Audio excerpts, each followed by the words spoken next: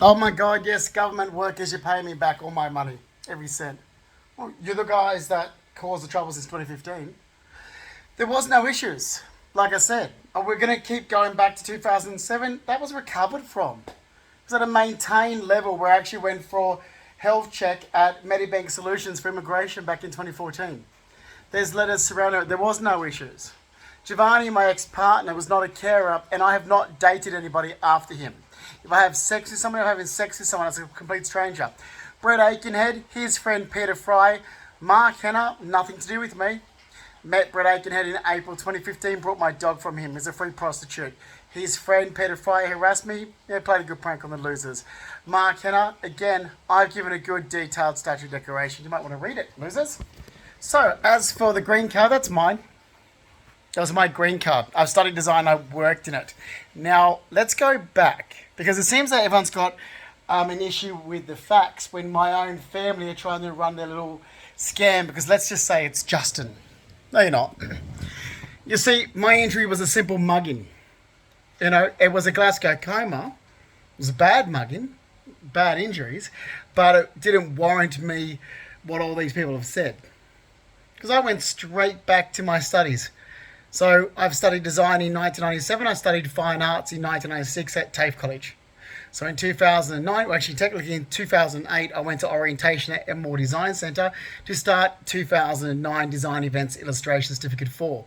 Meanwhile, during that period of time, I'm talking to Steve Hatchler-Mitri, who I've known since 2006, and I've actually drawn up drafts of sofas since 2006 where I've asked him to design them for me based on what I've studied in 1997. So in 1997 with Design Fundamentals, it's Design Fundamentals. I can't believe I've got to actually spell this out. It covers all the aspects of the design. So furniture design, product design, logo design, fashion design. I did first year of a 2-year course. So in 2006, I wanted to design a sofa for the place in Surrey Hills. I designed with him first about 3 different sofas. Okay. And anyway, come 2009, I'm talking with him and I'm doing another design course. So I'm like, okay, I'll come work for you. He needed someone there. He said it like, so I was like, all right. Well, when I'm not studying, I'll work for you. And then so in 2010, I did the interior decoration course. So 2009 was full on. I'm going to give him all my time. But in 2010, I gave him pretty much all my time except for the short course I did in interior decoration. And that was still credited for Emmore Design Centre TAFE College. So I did that. Then in 2011, I'm working for Steve Hatchler-Mitri, full-time, 7 days a week, 12 hours a day. In 2012, I'm working for him until I moved up to my family. It's holiday house, my family's. 23 Bangalow Street, Ettalong Beach. It was my grandparents' house. So Dad's parents, Stanley and Ruby Fleming.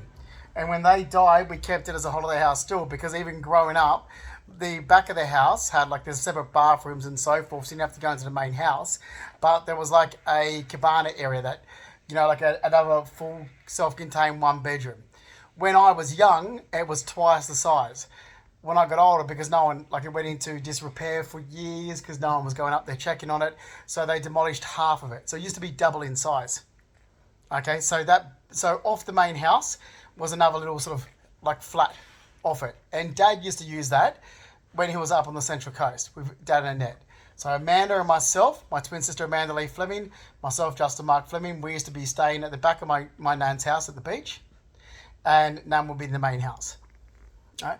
So when Nan passed away, the house was kept as a family holiday house, and I had my own set of keys, even though my father was brought out his share of the holiday house. So in 2012, I moved up to the family holiday house while I was looking for a new place in the city. And I said to Steve, I said, look, I can't commute that far. It's going to take me about an hour to get to work. I can't commute that far. Because I don't. I live right near work in the city. So I said, look, when I get settled back in the city, I'll reconnect with you and I'll do some more designs. Anyway, during that period of time, I'm still going for the green card process. I'm over in America, come back. My nan has a stroke.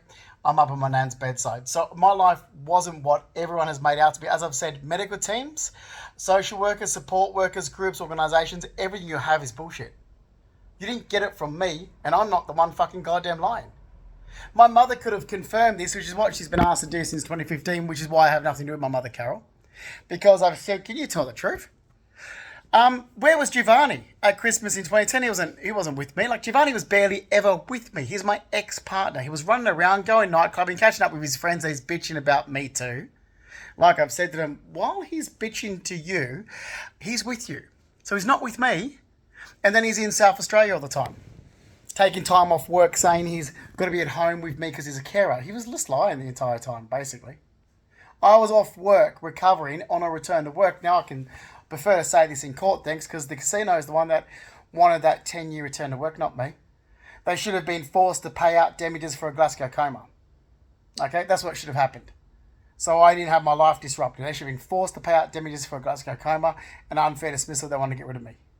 That's what should have happened. Instead, they saw a loophole in the legal system that gave them more benefits by putting a staff member that was injured after work on a return to work for 10 years, which meant I'm still employed by Star Casino on a return to work. They're paying me a salary. So it wasn't for insurance. It wasn't for government. It was a salary from my employer. While paying me a salary, part of my salary payment, they're paying the employer a salary that couldn't come into work. So they're down a number. Do you understand? It works well for Star Casino. Well, they've had an injury after work, we're still got to pay them. It's a good little tax write-off. I mean, you don't have to be an engineer to realise that that really benefits Star Casino a lot. It disadvantages me, but it benefits Star Casino quite a lot. Okay. Now, the only thing with this, I was allowed to do work experience. I was allowed to do studies.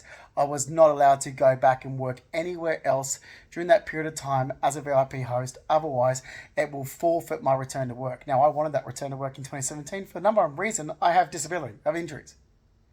Having that return to work meant they have to offer me my job back, living with those injuries. Okay, which meant that they had to offer me my job back at Star Casino. My old job or equivalent as a VIP host, it meant that they had to work in with my injuries and health problems, which meant I would have a good job with health problems and injuries. Do you understand this? Which is what your organisations disrupted in the last 11 years since 2015. And you're told to stop doing, okay, to return to work. Don't interrupt. I never gave anyone permission. I never gave one organisation permission ever to disrupt my life, involve themselves, break privacy, confidentiality laws, even prying laws, and disrupt my life. I was on a return to work. You do not have any legal right. And if this does go to court, you don't have a legal leg to stand on, to be honest. I was on a return to work. You have no legal leg to stand on. And I've got all the original documents to do my return to work. Return to normal duties as a VIP host in 2017. You have no legal leg to stand on as a government organisation because you don't legally have a right to interfere in someone's return to work, which is exactly what these social support workers, even disability workers, did. You have no legal right. I didn't give you any right. I certainly didn't call you and involve you. My ex did. Okay? It is that simple. As per what I was doing when I was off work, I can tell you, working for Steve Hatch Dimitri, plus, again, my salary package was still getting paid. I was still paying taxes. And yes, I did get paid by Steve Hatch Dimitri. No cash in hand. And I still did the maintenance work as well. Cartier still lives up the road. What was Cartier? 404, is it? I can't remember. Around 400, Cartier was. My old neighbour up there on Cleveland Street. I did a bit of maintenance with her with that other Latino guy. I can't remember his name now. Anyway, I used to do some stuff on the side with this maintenance guy. I did other work. Everything there is listed in my statutory declaration. So yeah, I've still got stuff left over from when I used to do maintenance. My fucking God. Giovanni, my ex-partner, could have just stood up, stopped lying for a minute and said, oh yeah, well Justin was still working maintenance right up to even when he was starting at Manta. I was doing floating floorboards at the Horizon. I'm out on the balcony. I take a photo across Woolloomooloo Bay. Takes me a message, so I'm spying on you as a joke. I'm still doing stuff. I wrote it all down as work experience. I was allowed to do work experience. Okay? As for everything I've said I've done. I'm not an invalid, not mentally retarded, wasn't dying of AIDS. What other lies did you guys come up with in the last 11 years that you think drug use? Oh, seriously. And then, wait a minute. Stephanie Salas, who's stalking my social media, tells people that, Justin's lost it. He's got photos of himself using drugs on social media.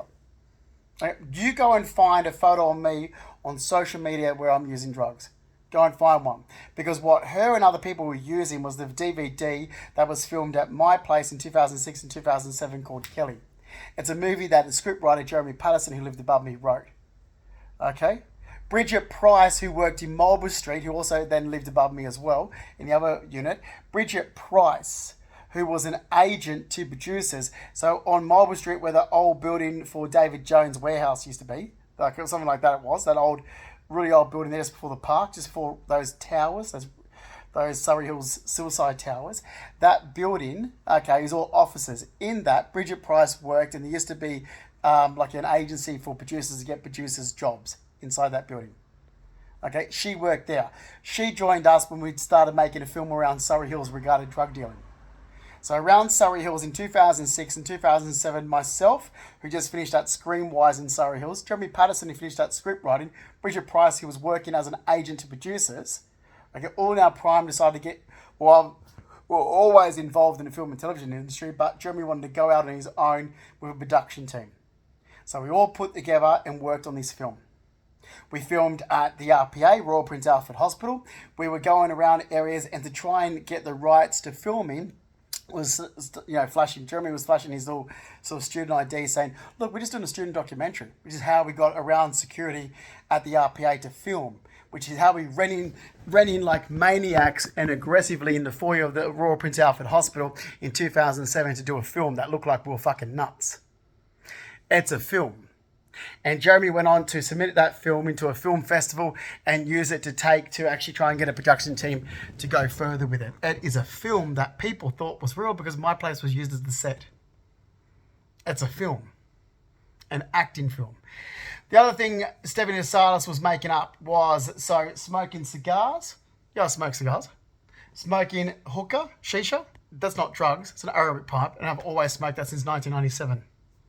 Oh, how can I be so right down to the dates? Easy. 1997, I'm at the flea markets in Prospect with my grandfather, Reginald George Purdy, and we're going back. There was a lamp and that, and some other things, some silver cutlery and so forth that I wanted for my place.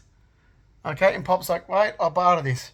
He goes, do you know how to use one of these? I was like, yeah, Pop. Like, yeah, Parramatta's just up the road from Pop's place, none of Pop's place. Yeah. Nan goes, Nan reckons that Mum used to have one when she was young. Anyway. Yeah, because I grew up in an Arabic area. Like, I didn't grow up in the country. Mum moved there. That's what people seem to forget, is that where I'm from in the suburbs was very Arabic. Okay? Where my mother moved to in New England is very different, but I only lived there for 6 years. See, idiots think that we're from the area that Mum moved to. It's like, no, we moved there when we were 10. Why is it that my twin sister doesn't know as much as me? Because my twin sister's brainwashed, kept it in a bubble, and close to my mother. I'm not. Never been close to my mother, even when my parents were together. So there's a difference of upbringings between myself and my twin sister, completely different of upbringings. And even my mum's family members should be able to stand up and say, well, this is true because Justin was always there at christenings and so forth, and we never saw a man, and Carol wasn't there. A good example of that is Luke Mahowski, his christening, which was supposed to be at Narrandinja Reserve down in Blacktown, but ended up being at the Blacktown Showground at the Pigeon Club because it was rained out. He was actually christened in Quakers Hill Polish Church because Mum's younger sister's husband's family's Polish and Russian, and Nadia's Macedonian. Okay, he's got cousins in Sylvania Waters, Uncle Richard Mahowski. So the difference is that I was always there because I wasn't close to my mum. Amanda was always with my mother. The difference being is that my twin sister Amanda was always with my mother and I wasn't. So there's the difference. If I got to grow up with a massive, huge range of family members where my twin sister was trapped, you know, brainwashed, kept in a bubble, fed shit, almost kidnapped by my mother, which is why she does everything my mother tells her to do. Her only interest is what my mother's interests are. She lives right down the road from my mother's because she's never been able to be her own self. Like, and that's actual facts. I'm sure other family members could sit back and be like, well, that's true. I mean, what interest have Amanda got if it's not Carol's? Like, we're completely different upbringings. And I made this quote years ago and got attacked for it. I'm like, but it's the actual truth. We've had completely different upbringings. And we live like we're twins with completely different upbringings. I don't dye my hair black, it's jet black. We're not identical twins. Amanda stayed fair. I went black. I look like a Fleming. She looks like mum's side. That's the fact. If you actually look at my younger sister, Sky Sheridan Fleming, we look very similar. It's not for another reason because we both look like Flemings and all the Flemings look similar. Whether it's the mono brow or the same foot, there's trademarks on the Fleming side. Dark olive skin, black features, dark features, European features, ethnic features, all comes from my dad's father. Well, some of it actually comes from my dad's grandmother, Ada Gray, which is his mother's mother as well, because she had similar features. She had very Jewish features. And Ada Gray did have very Jewish features. So, if you actually knew who I was related to, this rubbish wouldn't have happened. And if you actually stopped listening to my mother and listen to me, then you actually get accurate information. Mum lied. I mean, she lied to me last month on the phone. She blatantly lied. Because my great-grandmother, she moved back home to Leichhardt, 43 Piper Street, Leichhardt in 1989. She moved back home there. She, at first, so that's where she raised, so she raised her family there, which means my grandmother Lola was raised there.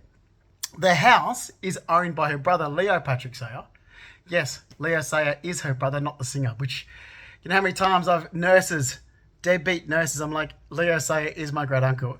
Oh, he thinks the singer's his great uncle. It's like, you guys are fucking losers, man. Like, these dickheads that work for St. Vincent's are fucking immigrant, dumb dog shit losers from the UK. It's like Leo Patrick, that's why I always mention his middle name, Patrick. He died in 2002, a couple of months before my grandfather, Reginald George Purdy, died. Pop died in November. I think Uncle Fred, we call him Uncle Fred because his name originally was Frederick Goff. He died in August 2002, around that. Anyway, he lived in Bellevue Hill. His sister rented his house that he owned in Leichhardt, 43 Piper Street, Leichhardt. I grew up going to that house.